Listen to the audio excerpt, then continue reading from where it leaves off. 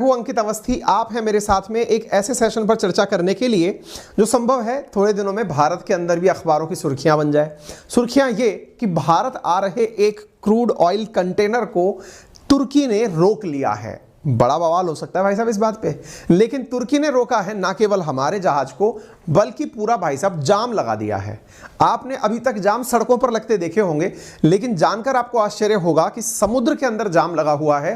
Millions of barrel tankers, millions of barrel oil ले जा रहे, क्रूड ऑयल ले जा रहे टैंकर इस समय ब्लैक सी में अटके हुए हैं, क्योंकि तुर्की उन्हें पास ही नहीं होने दे रहा है।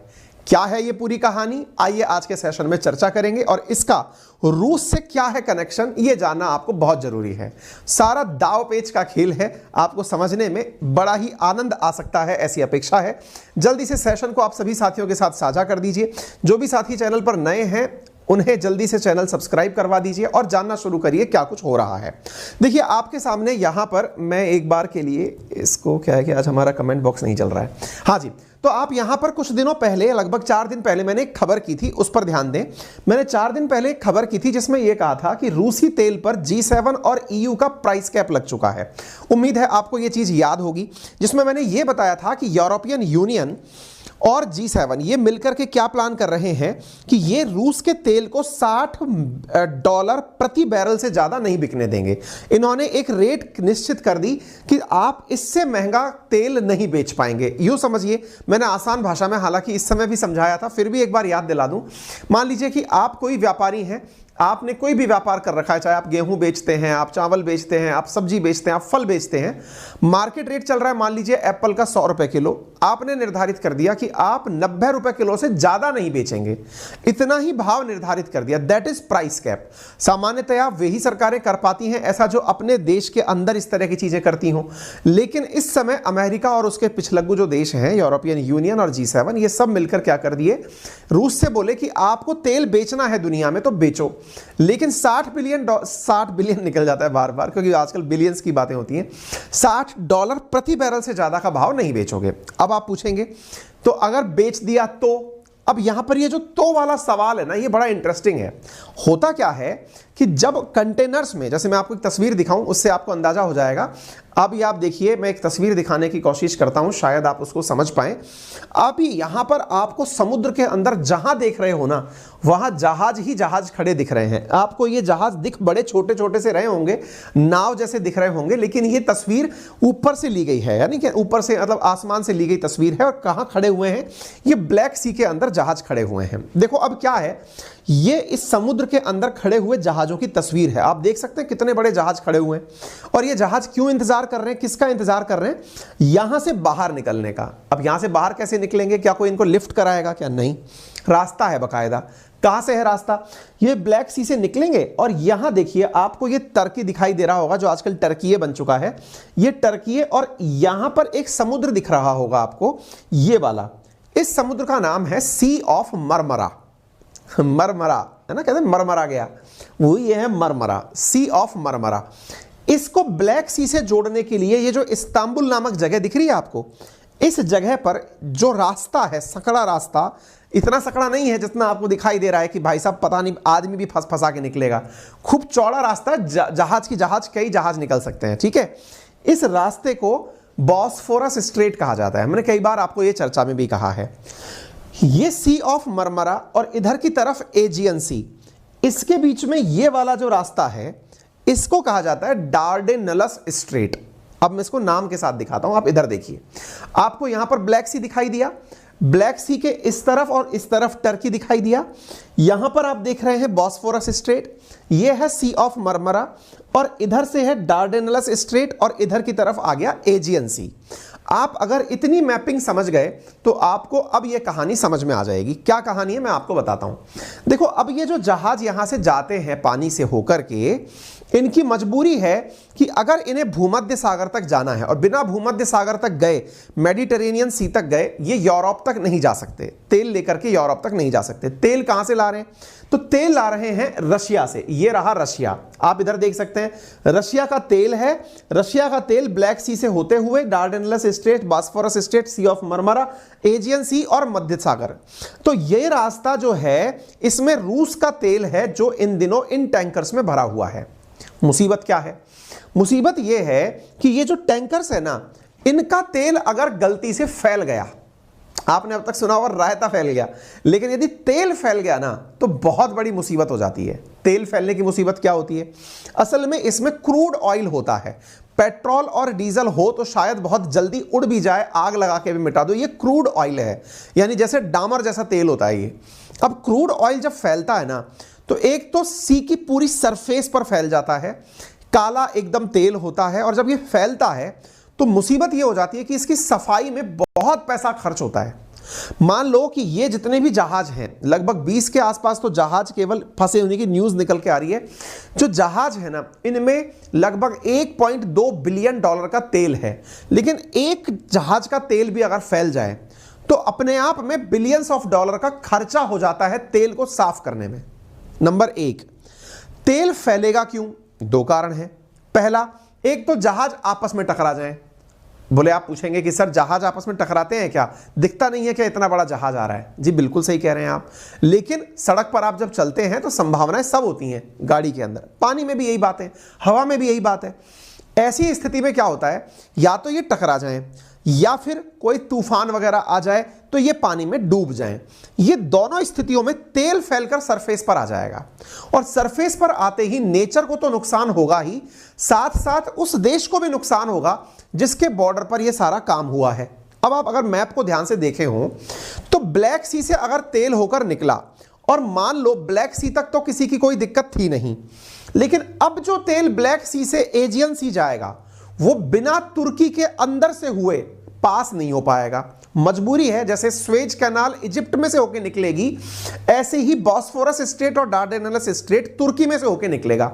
और अगर निकलेगा, तेल फैल गया सी ऑफ मरमरा के अंदर, तो ये पूरा की पूरा जो हिस्सा है ना, इस्तांबुल के आसपास वाला हिस्सा, यहां का पूरा टूरिज्म, यहां की पूरे जहाज का पानी, यहां का पूरा नेचुरल वेजिटेशन, यहां की पूरी इकोसिस्टम सब बर्बाद हो जाएगा।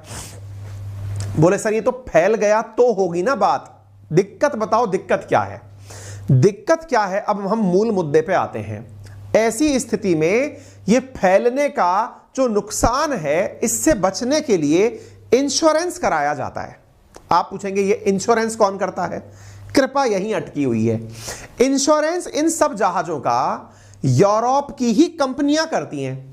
अब आप पूछेंगे केवल यूरोप की कंपनियां इंश्योरेंस करती हैं? जी हां, समय से पहले वही जग गई थी। जैसे इंडिया के अंदर भी आप लोग मेजर इंश्योरेंस कंपनियों के अंदर जब नाम सुनते हैं मैक्स वगैरह का, तो ये सब कंपनियां या तो G7 कंट्रीज की हैं या यूरोपियन यूनियन की हैं। यानी दुनिया के अंदर जो इंश्योरेंस का गेम खेल रही हैं वो बड़ी कंपनियां कहां की हैं? वो सब यूरोपियन यूनियन की कंपनियां हैं। अब मुसीबत क्या है? बोले इंश्योरेंस क्यों नहीं कर देती है? सारा का सारा ध्यान से समझाएंगे, बस आप तार को तार से जोड़ते चलिए। अब मैं आपको क्या बोल रहा हूं कि बिना इंश्योरेंस जहाज पानी में से क्रॉस नहीं हो सकता। क्यों? क्योंकि तुर्की कहता है पहले इंश्योरेंस का कागज दिखाओ, मैं पानी में से तभी निकलने दूंगा। जहाज वाले पूछते हैं भाई साहब क्यों? बोले क्यों इसलिए कि अगर बिना इंश्योरेंस के मैंने तुम्हें निकलने दे दिया तो आपका तेल फैल गया तो कौन जिम्मेदारी लेगा? तुर्की का पॉइंट भी सही है। तभी तो अगर आपने देखा हो तो सड़कों पर पुलिस जो खड़ी होती है वो आपके वाहन का इंश्योरेंस क्यों चेक करती है? कभी भी आपको अगर ट्रैफिक पुलिस रोकती है, आपके गाड़ी के कागज और दूसरा जो डॉक्यूमेंट देखती है दैट इज इंश्योरेंस। इंश्योरेंस क्यों चेक करती है? आप कहेंगे मरूंगा तो मैं मरूंगा, आपको क्या चिंता है? अरे नहीं भाई, चिंता यह है कि आप देश के राज्य के लोगों को भी मार सकते हैं। ऐसी स्थिति में उन्हें मुआवजा जो दिया जाएगा वो आपके इंश्योरेंस अमाउंट से ही तो दिया जाएगा जो थर्ड पार्टी इंश्योरेंस होता है। बोले अच्छा, तो बिना इंश्योरेंस के मैं जहाज को यहां से निकलने नहीं दूंगा। उम्मीद है आपको यह बात समझ में आ गई होगी। जहाज का इंश्योरेंस क्यों जरूरी है ये तो मैंने क्लियर कर दिया। अब सवाल यह आता है कि यूरोपियन कंपनीज इन जहाजों का इंश्योरेंस कर क्यों नहीं देती? ये बड़ा सवाल है। आंसर सुनिए, वो सवाल अटका हुआ है कहां पर? प्राइस कैप के ऊपर। क्यों? क्योंकि जो टर्की के अंदर ऑयल जैम का जो लगा हुआ है, इसके पीछे का जो बड़ा कारण है वो है प्राइस कैप। अब आप पूछेंगे ऐसा क्यों? पहले प्राइस कैप की कहानी सुनिए। कहानी यह थी कि $60 प्रति बैरल से ज्यादा का तेल अगर रूस ने बेचा तो उसका इंश्योरेंस नहीं करेंगी यूरोपियन कंपनियां। समझ गए अब आप? $60 प्रति बैरल से ज्यादा का तेल बेचा तो आपका इंश्योरेंस नहीं करेंगी कौन सी कंपनियां? यूरोपियन कंपनियां। इंश्योरेंस नहीं करेंगी तो टर्की बिना इंश्योरेंस के जहाज को नहीं जाने देगा। आ गई बात समझ में? अब रूस क्या कहता है? मैं नहीं मान रहा। रूस क्या कहता है कि रशिया कहता है कि मैं प्राइस कैप को मानूंगा नहीं। देखो बात कहां फंस गई। वो $60 प्रति बैरल से नीचे बेचने को तैयार नहीं है। यूरोपियन कंपनियां ज्यादा कीमत की जो तेल है उसका इंश्योरेंस करने को तैयार नहीं है। तुर्की बिना इंश्योरेंस के जाने को देने को तैयार नहीं है। तीनों लोग अड़ गए और उस अड़ने का नतीजा क्या निकला? एक तो हमारा खुद का जहाज वहां अटका हुआ है, एक ही अटका हुआ है, ज्यादा नहीं अटके हुए हैं, हालांकि हम तो सस्ता खरीदते हैं, लेकिन जाम में हमारा भी फंसा हुआ है, क्योंकि निकले जाम खुले तो हम चलें। ऐसी स्थिति में ये जो भर के जहाज यहां खड़े हुए हैं, इन जहाजों की कहानी उम्मीद है अब आपको प्रॉपर तरीके से समझ में आ गई होगी कि ये हो क्या रहा है। 3 लोग अड़ गए, यूरोपियन यूनियन, टर्की और रशिया। झुके कौन? अब ये तीनों तो चलो पहले से ही संभावित थे कि अड़ेंगे। हो सकता है तुर्की को इधर से यूरोप वाले ही हवा दे रहे हो कि बेटा तुम तेल मत निकलने देना, लेकिन उल्टा भी संभव है कि रशिया हो सकता है कि तुर्की को मोटिवेशन दे रहा हो कि तुम जहाज मत निकलने देना। अब आपके दिमाग में सवाल आएगा, 1 मिनट सर, रशिया क्यों मना करने लगा तुर्की को? उसी के तो जहाज हैं ये अटके हुए हैं, जो तुर्की को क्यों मना करने देगा कि भाई तू हमारे जहाज मत निकलने दे? यहां कुछ और कहानी भी है, और वही तो कहानी है जो असल में आपको बतानी है। अब तक तो केवल भूमिका बनाई है, कहानी क्या है अब उस पर आते हैं।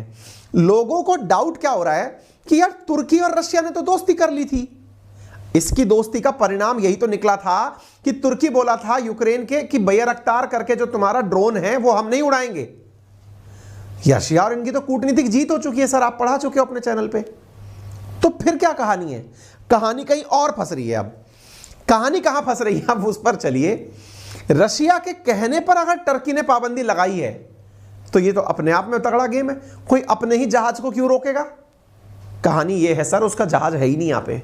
हैं ये जो 20 जहाज यहां अटके हुए हैं ना, जो कहा जा रहा है 20 जहाज अटके हुए हैं, 19 जहाज कजाकिस्तान के हैं। किसके हैं? कजाकिस्तान के। मतलब वो कजाकिस्तान का तेल ले जा रहे हैं। तो फिर तो लड़ाई होनी ही नहीं चाहिए सर। फिर इंश्योरेंस की कहानी कहां से आ गई? अरे इस स्टोरी का पार्ट 2 एक्टिवेट होता है। अब कजाकिस्तान का तेल ब्लैक सी में क्यों अटका, यही तो आपको जानना है। इस स्टोरी में केवल एक ही हिस्सा होता तब तो कहानी कहां बचती। अब आपको दूसरे पार्ट की तरफ लेके चलते हैं।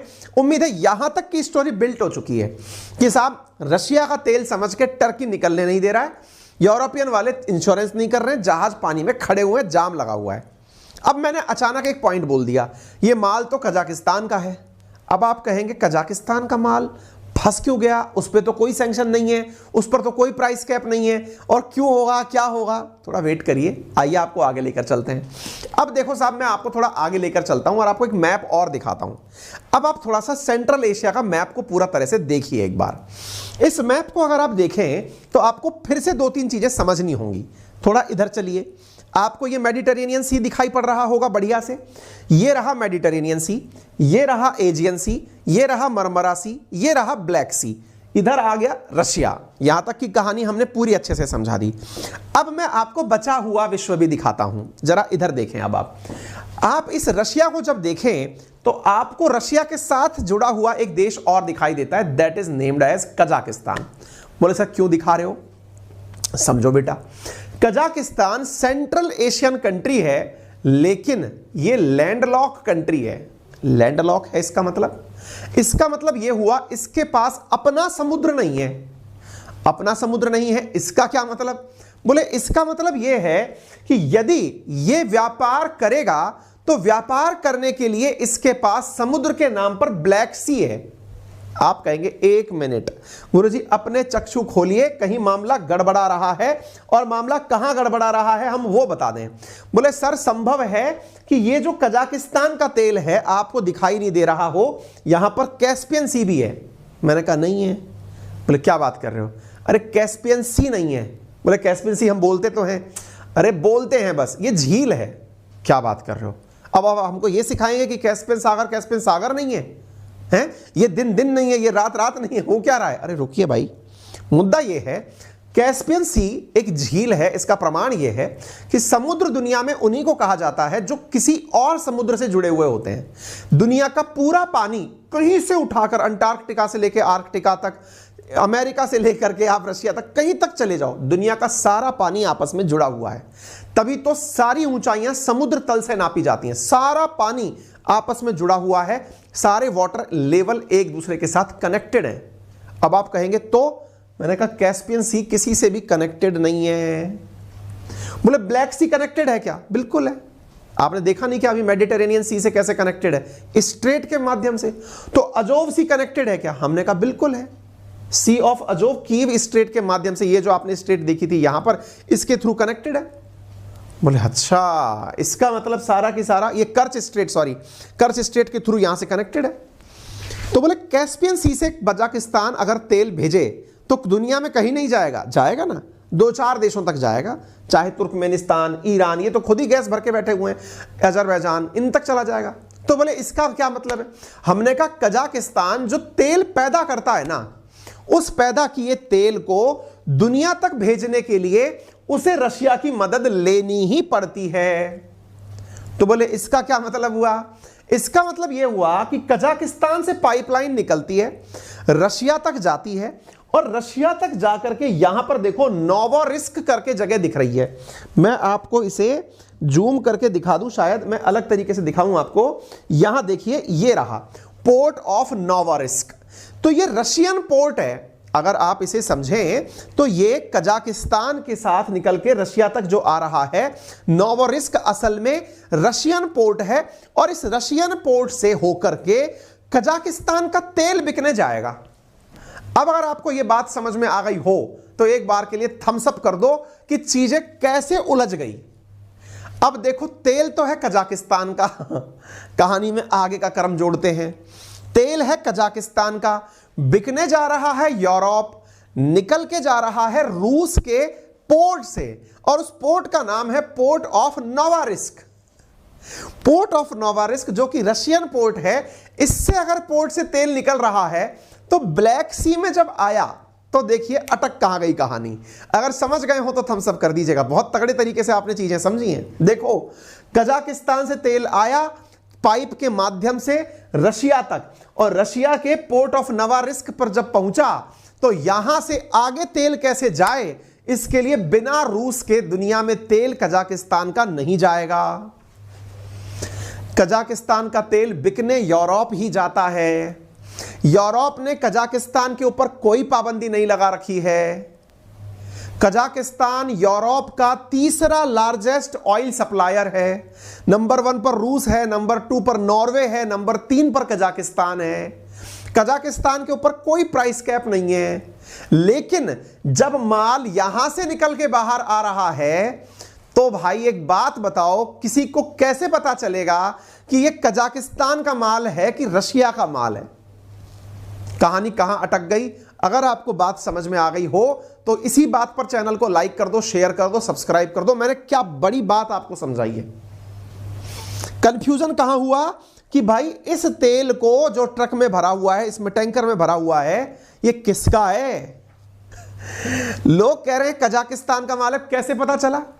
यूरोपियन यूनियन बोल रही है अरे मैंने पैसा दे रखा है, मेरा जहाज आने दो। तुर्की कह रहा है सर सॉरी। बोले क्यों सॉरी? बोले सॉरी इसलिए सर इंश्योरेंस नहीं है इनके पास। कौन सा वाला? सर ये $60 प्रति बैरल से महंगा तेल है। तो बोले इंश्योरेंस दे तो रहे हम इसको। बोले नहीं सर, प्राइस कैप आपने लगाया, मैंने माना, प्राइस कैप माना तो $60 प्रति बैरल से नीचे का ही इंश्योरेंस देखूंगा मैं, उससे ऊपर का इंश्योरेंस नहीं देखूंगा। भाई साहब उल्टा दाव पड़ गया। अब टर्की इन्हें निकलने नहीं दे रहा यहां से कि इंश्योरेंस दिखाओ। रशिया के कारण यूरोपियन यूनियन कंफ्यूज हो रखा है कि हम कैसे बोलें कि कजाकिस्तान से जो तेल जा रहा है वो कजाकिस्तान का है या रशिया का है। सब फंस गए भाई साहब। और जब एक बॉल पे सारे विकेट आउट हो गए तो इस असमंजस में टैंकर वाले बढ़िया से अपना टैंकर डाल के समुद्र में खड़े हो गए कि क्लियर कर लो, कुछ हो जाए तो हमें बता देना, अदरवाइज तो हम खड़े हैं। अब क्या सॉल्यूशन निकलेगा इसका? सॉल्यूशन या तो ये निकले कि कजाकिस्तान कहे कि मैं इधर से तेल नहीं भेजूंगा, तो वही दूसरा रूट बता। बोले दूसरा रूट ये है सर कि मैं रूट जो है ना अभी तो ये निकालता हूं कि कजाकिस्तान से होते हुए नोवारिस्क जाता हूं। दूसरा रूट ये है कि मैं यहां से समुद्र से भेजूं, पहले बाकू से भेजूं जॉर्जिया की राजधानी तिबिलिसी से होकर भेजूं सेहान जो कि टर्की में है। मैं इस तरीके से ऑयल भेजूं। कैसे? बाकू, तिबिलिसी और सेहान, यानी अजरबैजान जाए पहले तो तेल किसका? कजाकिस्तान का, फिर जॉर्जिया जाए, जॉर्जिया के बाद सेहान जाए और सीधा बाईपास करके तेल निकल जाए। बोले कर लो ऐसा। मजाक चल रही है? बोले क्यों? बोले इसको बनने में 2023 आ जाएगा, यानी पाइपलाइन अभी तक तैयार ये वाली भी नहीं है। उम्मीद है आपको सारी बातें समझ में आ गई होंगी। फिलहाल मामला इसी तरह फंसा हुआ है जैसे अपन दोनों आपस में बात कर रहे हैं। जाम खुलवाने के लिए जो भी प्रयास आपको लगते हैं वो कमेंट बॉक्स में हमें बता दें, क्या समाधान संभव है। फिलहाल के लिए तो मैं आपको इसी द्वंद्व के साथ छोड़े जा रहा हूं। धन्यवाद, अपना ख्याल रखें। मेरा रेफरल कोड है अंकित10, जिसका यूज़ करके आप अनअकैडमी के किसी भी सब्सक्रिप्शन पर 10% का मिनिमम डिस्काउंट प्राप्त कर सकते हैं। एसएससी कैटेगरी में 20% का ऑफर फिलहाल चल रहा है। यूपीएससी सीएससी के अंदर यदि आप चाहते हैं इंडिया के बेस्ट एडुकेटर्स के द्वारा पढ़ना, तो टॉप एडुकेटर्स का कोर्स आपको प्लस और आइकॉनिक केस के अंदर अवेलेबल है, आप इसे यूज़ कर सकते हैं। इतना ही नहीं, अभी 2024 को ध्यान में रखते हुए यूपीएससी का लक्ष्य बैच शुरू हो रहा है कॉम्प्रिहेंसिव कवरेज के साथ। 2024 को जो लोग टारगेट करना चाहते हैं टॉप एडुकेटर्स के साथ, वो प्रीलिम्स और मेंस टेस्ट सीरीज के साथ अपने इस बैच को 15 तारीख से ज्वाइन कर सकते हैं। और इसके साथ साथ यदि आप केवल प्रीलिम्स में अभी सीसेट के लिए बैठना चाहते हैं तो 8,999 रुपए में दिसंबर 12 से सीसेट डेडिकेटेड बैच शुरू हो रहा है। यूपीएससी सीएससी का जो पूरा कोर्स है हमारा वो 4,364 रुपए प्रति माह में उपलब्ध है, आप उनका लाभ उठा सकते हैं। फिलहाल के लिए इतना ही। अपना ख्याल रखें, बड़ों का सम्मान करें, छोटों को प्यार दें, अपना व्यक्तित्व इस प्रकार से विकसित करें कि महिलाएं आपके साथ सुरक्षित महसूस करें। धन्यवाद।